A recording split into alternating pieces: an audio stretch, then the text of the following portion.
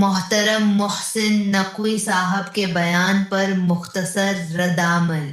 باقی بچہ کیا ہے، سب کچھ تو برباد ہوا پڑا ہے۔ کیا انصاف، کیا پولیس، کیا انتظامیہ، کچھ بھی تو ڈیلیور نہیں ہو پا رہا ہے۔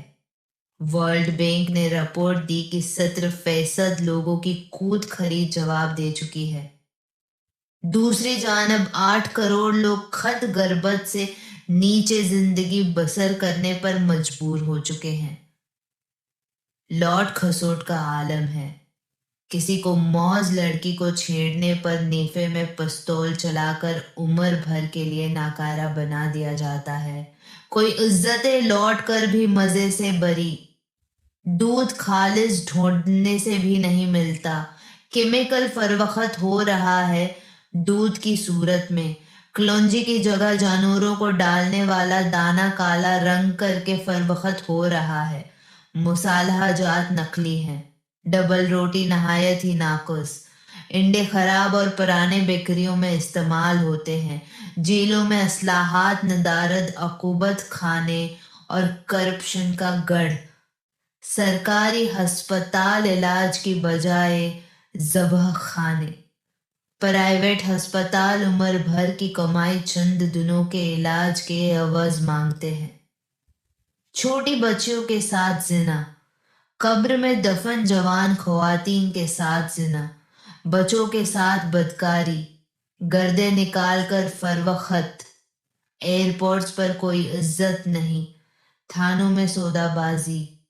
پولیس گردی سے ججز اور اٹارنی جنرل بھی نہیں بچ سکے۔ نیب 50 کروڑ سے کم پر بے اثر۔ ایف آئی اے عام آدمی کو پکڑتا ہے۔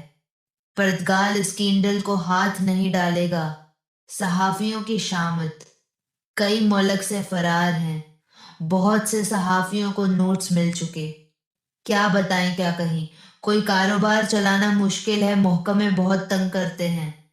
معاشی استحکام تو ایک طرف، ملک میں تاریخ کی بلند ترین مہنگائی، روپیہ انتہائی کمزور، شرح سود زیادہ۔ بینکوں نے عام پاکستانیوں سے صرف SMS میسج بھیجنے پر 200 ارب کما لیے ہیں۔ IPPs نے 1800 ارب صرف بجلی نہ بنانے کے لیے وصول کر لیے ہیں۔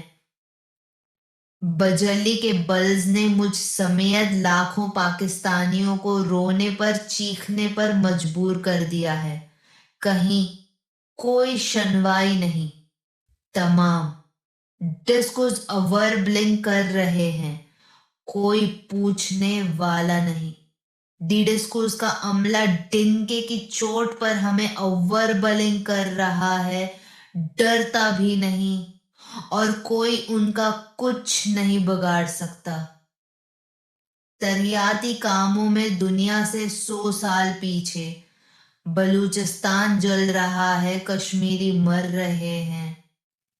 الیکشن کمیشن پر اعتماد نہیں، سارا نظام عہدوں کی ایکسٹینشن اور مدت ملازمت میں توسیع اور استثناء پر چل رہا ہے۔